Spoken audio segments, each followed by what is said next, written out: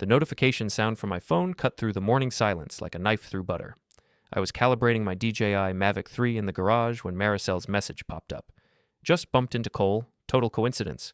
Be a good husband and relax. Total coincidence. Right. About as coincidental as finding a rattlesnake in your sleeping bag. Before we dive deeper into this story, I have one small request. Please subscribe, drop a like, comment, and hit that hype button to boost this channel so more people can discover these incredible Reddit stories. I'm Owen Drayton, 40 years old, commercial drone operator, and apparently the world's most gullible husband. At least, that's what I was starting to think as I stared at my wife's text from Bali. Marisel had left 3 days ago for what she called a solo content creation retreat. Her travel vlog channel, Wanderlust with Marisel, had been struggling lately, and she insisted she needed to find herself again. Apparently, finding herself involved bumping into her ex-boyfriend Cole Maddox on a tropical island 8,000 miles from home. "Alexa, play something depressing," I muttered to the smart speaker in my garage workshop. "Playing Somebody That I Used to Know by Gautier," came the robotic response. Even my AI assistant was being sarcastic now. I set down the drone and walked back into our picture-perfect smart home in Redmond, Washington. Everything was automated, lights that dimmed based on time of day, a thermostat that learned our preferences, security cameras that sent alerts to my phone. The irony wasn't lost on me that I could monitor every corner of my house except my wife's loyalty. The kitchen island held the usual suspects. Marisel's ring light still set up from her last "What's in My Bag" video, protein powder containers scattered around, and a stack of sponsorship contracts from various travel companies. She'd built quite the following, 200,000 subscribers who hung on her every word about exotic destinations and lifestyle tips. My phone buzzed again. This time it was my neighbor Kelly texting from next door. "Coffee? You look like you need it." I glanced out the window and saw her on her front porch, easel set up, painting something that looked suspiciously like storm clouds. Kelly Martinez was a single mom and freelance artist who'd moved in 6 months ago. She had this way of reading people that was both comforting and slightly unnerving. "Be right over," I texted back. Kelly's house was the opposite of mine. Lived in, cozy, with actual books instead of smart displays. Her 8-year-old daughter Emma was at school, leaving us alone on the porch with our coffee and the elephant in the room. "So," Kelly said, mixing colors on her palette, "want to talk about why you've been flying that drone at 6 a.m. for 3 days straight?" I nearly choked on my coffee. "You noticed that? Owen, you're about as subtle as a freight train. Plus, Emma thinks you're practicing for some kind of drone Olympics." She paused her painting and looked at me directly. "You sure she's just working?" There it was, the question I'd been avoiding. I pulled out my phone and showed her Marisel's latest Instagram story. There was my wife, supposedly alone on a beach in Bali, talking about finding inner peace and reconnecting with nature. But if you looked carefully at the reflection in her sunglasses, you could make out what looked suspiciously like a man's silhouette. "Could be a waiter," Kelly offered, but her tone suggested she didn't believe it any more than I did. My phone rang. Eli Morrison, my best friend since college and the guy who'd helped me set up all the smart home tech that was now mocking me daily. "Dude, you need to see this," Eli said without preamble. "I've been tracking Marisel's geotags like you asked, and something's weird. She posted from a restaurant last night that's definitely not a solo dining kind of place. Plus, I ran some facial recognition on the background of her stories. And? Cole's definitely there. I can send you the analysis, but trust me, it's him. Same jawline, same stupid tribal tattoo on his shoulder." I felt something cold settle in my stomach. Cole Maddox was everything I wasn't. 6'2", personal trainer turned fitness influencer with the kind of abs that made women stop scrolling on Instagram. He and Marisel had dated for 2 years before she met me, and their breakup had been messy. She'd sworn he was out of her life for good. "There's more," Eli continued. Her latest video accidentally caught him shirtless in the background. It's only for like 2 seconds, but it's definitely him. The comments are already going crazy. I thanked Eli and hung up, staring at my phone like it might spontaneously combust. "Bad news?" Kelly asked. Before I could answer, my phone buzzed with a WhatsApp message from Jake, a photographer friend who happened to be in Bali for a wedding shoot. The message contained a single photo, Marisel and Cole at a candlelit dinner, her hand on his arm, both of them laughing like they were sharing the world's funniest inside joke. The timestamp showed it was taken 2 hours ago. I showed the photo to Kelly, who let out a low whistle. Well, that's not very solo retreat of her. Something shifted inside me then. Not anger exactly. More like the feeling you get when a puzzle piece finally clicks into place. I'd been the understanding husband, the supportive partner, the guy who funded her dreams while she built her brand. And this was how she repaid me. I opened my laptop and pulled up our joint business accounts. Marisel's channel was technically a partnership. My name was on half the contracts and bank accounts. With a few clicks, I froze everything. Sponsorship payments, business credit cards, even the account she used for travel expenses. Then I did something that surprised even me. I called Kelly over for a selfie. "What are you doing?" she asked as I positioned my phone. "Relaxing perfectly," I said, echoing Marisel's text, just like my wife suggested. I sent the photo to Marisel with the message. "Taking your advice. Dinner with the neighbor was lovely. Your divorce papers are waiting on the counter when you get back." The silence that followed was deafening. No immediate response, no frantic phone call, nothing, which told me everything I needed to know. "You know," I said to Kelly as we watched the sunset paint the Seattle skyline, "I think it's time I showed my wife what happens when you underestimate the guy with the drones." The next morning brought the storm I'd been expecting. My phone exploded with notifications starting at 5 a.m. Pacific time, which meant Marisel had been up all night Bali time, probably trying to figure out why her credit cards weren't working. I was in my home office, surrounded by 3 monitors displaying various social media analytics, bank account interfaces, and legal documents I'd been preparing since dawn. The beauty of being married to an influencer was that I'd learned her business inside and out. The danger of being married to a tech-savvy drone operator was that she'd apparently forgotten that fact. "Owen, what the hell did you do?" Marisel's voice crackled through my laptop speakers as her video call connected. She looked frazzled, her usually perfect hair messy, makeup smudged. In the background, I could see what was clearly a luxury villa, definitely not the modest retreat center she'd described. "Good morning to you too, sweetheart," I said, leaning back in my chair. "Sleep well? You look tired. Maybe it's all that solo meditation keeping you up." "Don't play games with me. I can't access any of our business accounts. My Amex was declined at breakfast, and Leanne is freaking out because the sponsorship payments aren't going through." Leanne Chen was Marisel's manager, a sharp-dressed woman in her 30s who treated influencer drama like military strategy. Right on cue, she appeared in the corner of the video call, looking like she'd been mainlining espresso. "Owen, we need to resolve this immediately," Leanne said. "Marisel has contractual obligations. Brands are expecting content delivery and my wife has marital obligations," I interrupted. Funny how those work both ways. I minimized their call and opened another window, a live feed from one of my drones positioned discreetly near the villa where Marisel was staying. Eli had helped me identify the location using geotag data, and a quick search revealed it was a couple's retreat that explicitly advertised romantic getaways for 2. "Let me guess," I continued, maximizing their call again. "You're staying at the Amankila Resort? Beautiful place. I especially like their policy about no additional guests in their partnership villas. You know, the ones specifically reserved for sponsored content creators." Marisel's face went pale. "How did you—" "I'm a commercial drone operator, Marisel. I specialize in surveillance and aerial photography. Did you really think I wouldn't figure out how to track my own wife?" My second monitor chimed with an incoming call. Glenn Hoffman from Wanderlust Travel Gear, one of Marisel's biggest sponsors. I'd sent him some interesting information about an hour ago. "Hold that thought," I told Marisel, then answered Glenn's call while keeping my wife on screen. "Owen, I just got your email," Glenn said. His voice was tight with controlled anger. "Is this information accurate?" "Every bit of it. Photos, geotags, even credit card receipts from the resort. Your brand is currently being represented by someone who lied about the nature of her trip and is violating the exclusivity clause of her contract." I watched Marisel's face as she realized what was happening. The exclusivity clause was something I'd insisted on when we negotiated her contracts. She couldn't have any undisclosed partnerships or relationships that might affect brand image. "Glenn, please, let me explain." Marisel started, but Glenn cut her off. "Ms. Danton, I'm afraid Wanderlust Travel Gear is terminating our partnership effective immediately. We'll expect the return of any promotional materials within 30 days. The call ended. 1 down, 4 sponsors to go.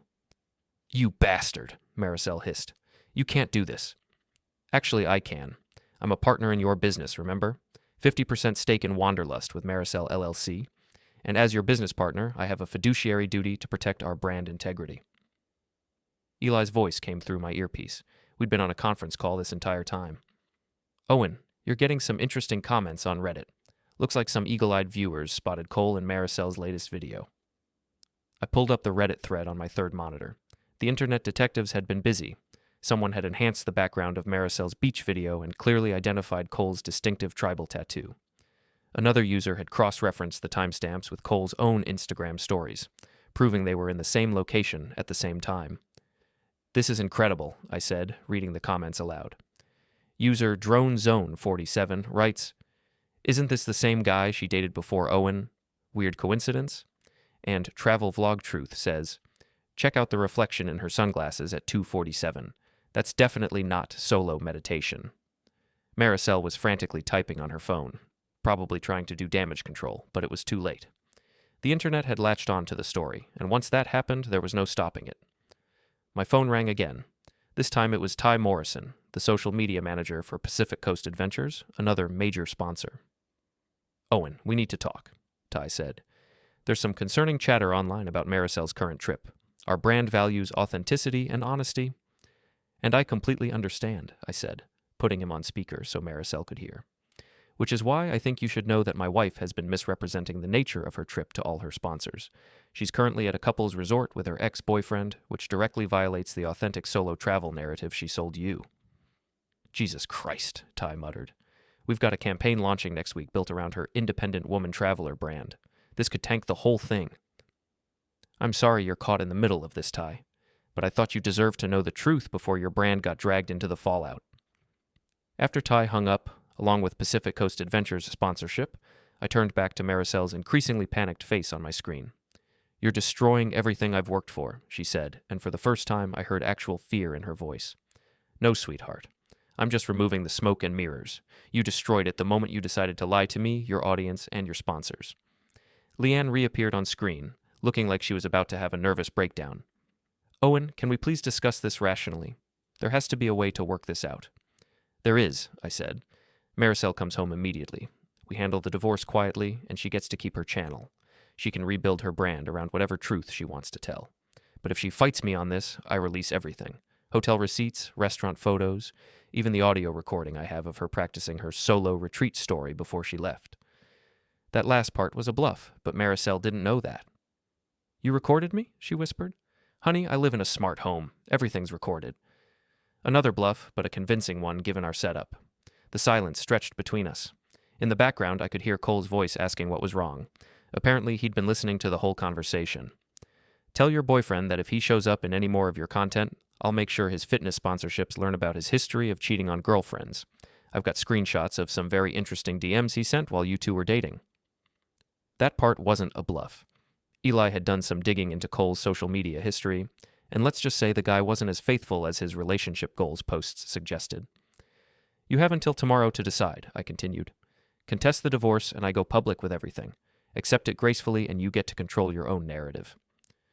I ended the call and leaned back in my chair.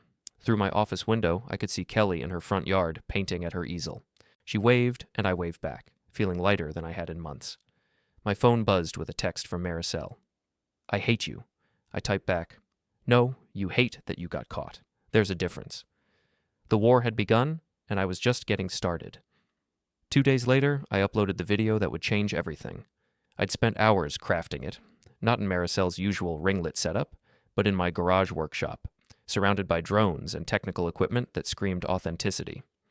The title was simple: "Why I'm Saying Goodbye to Wanderlust with Marisel."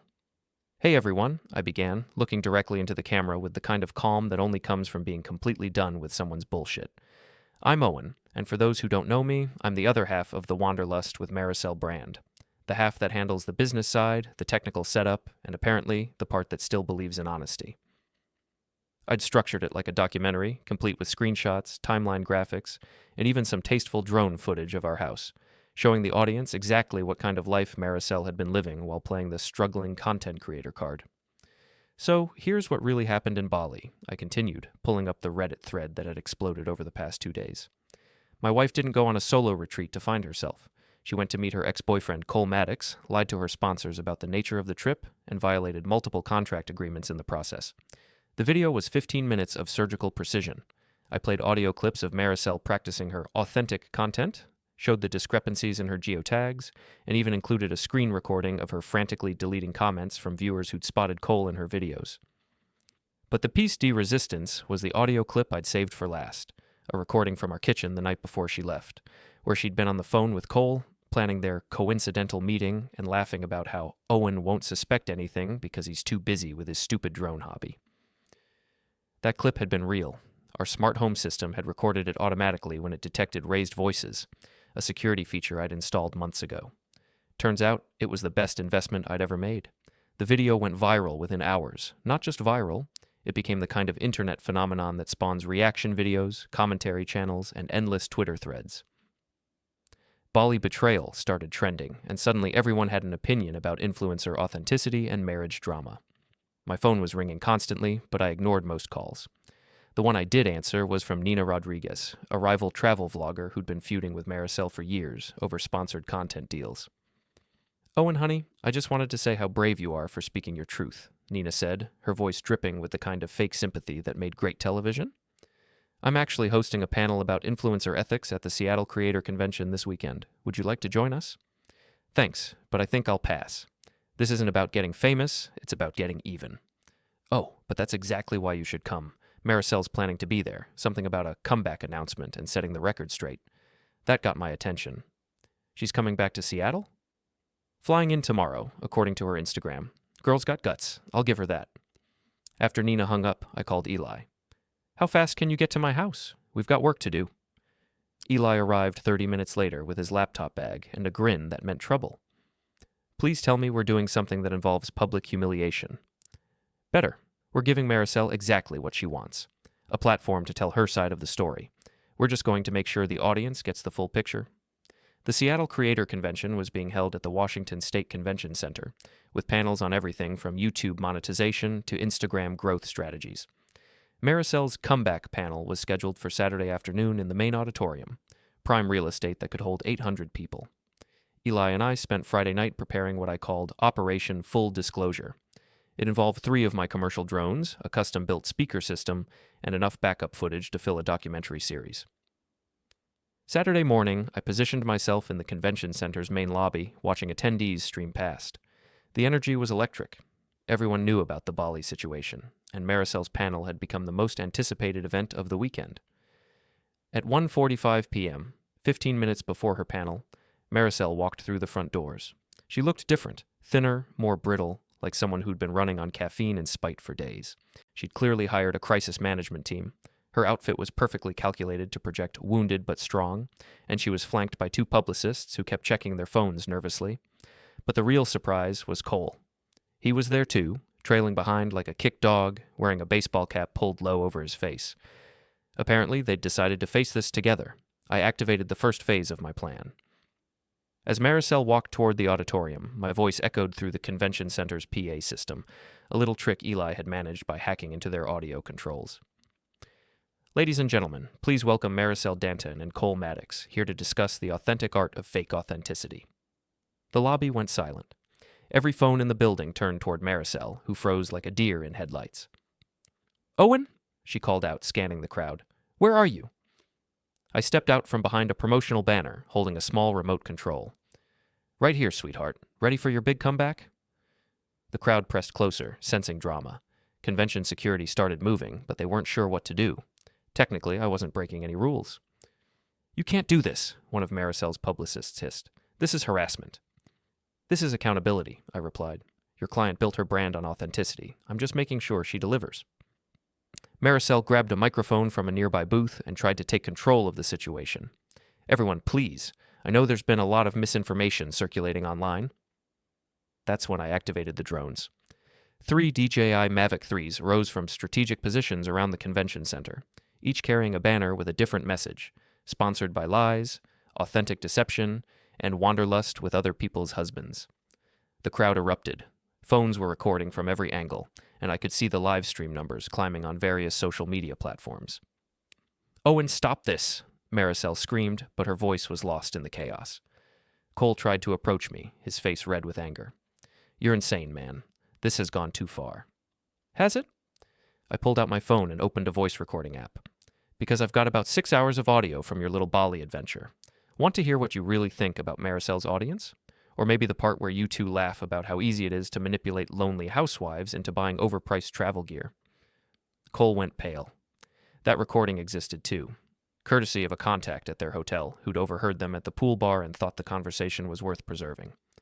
The security team finally reached us, but by then, the damage was done. The entire confrontation had been live-streamed by dozens of attendees, and the hashtags were already trending worldwide. As security escorted me toward the exit, I turned back to Marisel one last time. "You wanted a comeback story?" I called out. "Well, here it is. The tale of a woman who confused fame with integrity and lost both." The last thing I saw before security led me away was Marisel collapsing into a chair, her carefully constructed facade finally cracking as the weight of her choices crashed down around her. Outside the convention center, Kelly was waiting by her car, Emma in the back seat with a tablet and headphones. "How'd it go?" she asked. I showed her my phone, where the live stream was still going strong. Marisel's panel had been canceled, Cole was nowhere to be seen, and the internet was having a field day with the footage. "I think," I said, getting into the passenger seat, "it went exactly according to plan." 3 weeks after the convention disaster, Marisel made one last desperate play.